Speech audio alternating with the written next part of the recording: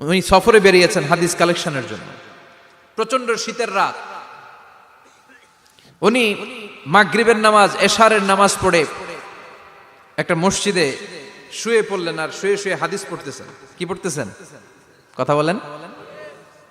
আর মনে মনে ভাবলেন রাতটা মসজিদে কাটায় দেই, ফজরের নামাজ পড়ে আবার বেরোবো।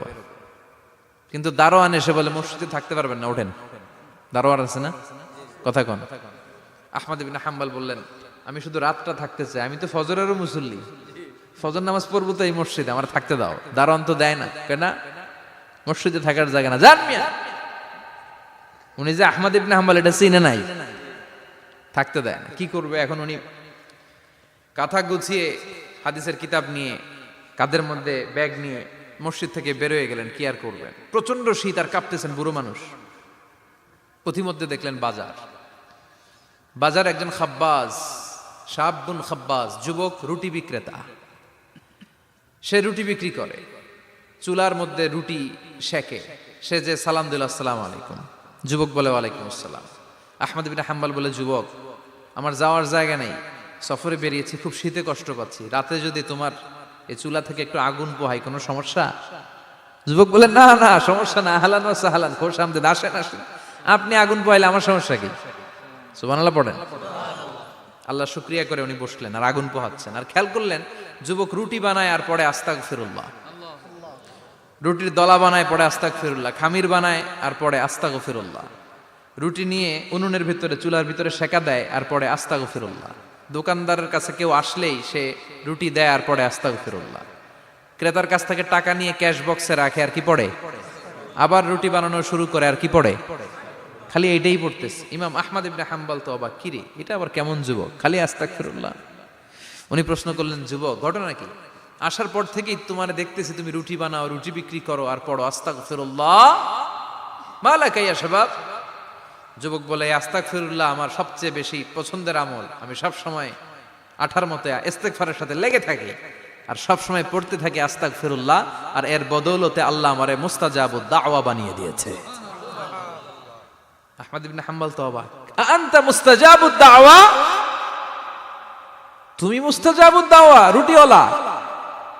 আমি এত বছর হাদিস পড়াই, আমিও তো মুস্তাজাবুদ দাওয়া না, আর তুমি রুটি বেচো বাজারে, তুমি মুস্তাজাবুদ দাওয়া, তুমি দোয়া করলে সব কবুল হয়ে যায়। যুবক বলে নাম আনা মুস্তাজাবুদ দাওয়া, আমি আমার জীবনে যত দোয়া করেছি কবুল করে নিয়েছে কে? সব দোয়া কবুল করে নিয়েছে আল্লাহ, একটা দোয়া ছাড়া। কয়টা? আহমদ ইবনে হাম্বলের কৌতূহল, কিউরিসিটি আরো বেড়ে গেল। কি?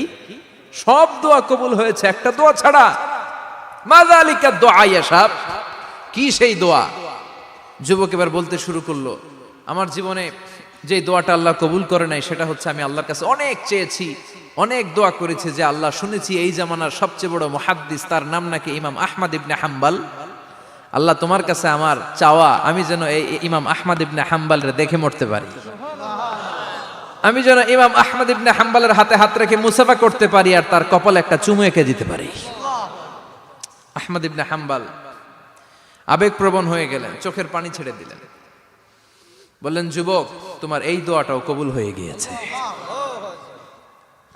আহমদ ইবনে হাম্বলের দেখা আর সাক্ষাৎ পাওয়ার জন্য আহমদ ইবনে হাম্বলের বাড়িতে তোমার যাওয়ার দরকার নাই, আহমদ ইবনে হাম্বল তোমার দরবারে ছুটে এসেছে।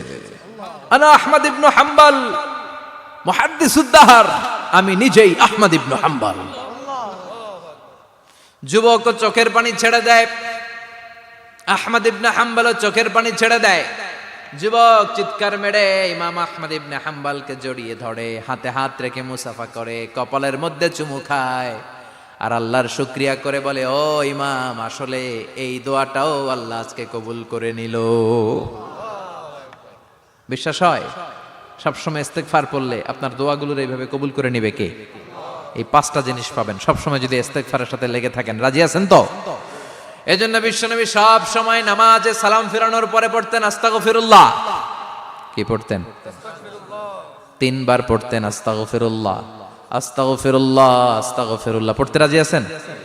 ইস্তেগফারের অনেকগুলো আলফাজ আছে, সবচেয়ে ছোট ইস্তেগফার হচ্ছে এটা আস্তাগফিরুল্লাহ, আস্তাগফিরুল্লাহ। আরো আছে আস্তাগফিরুল্লাহ আল্লাযী লা ইলাহা ইল্লা হুয়াল হাইয়ুল কাইয়্যুম আতুবু ইলাইহি। বিশ্বনবী বলেন এই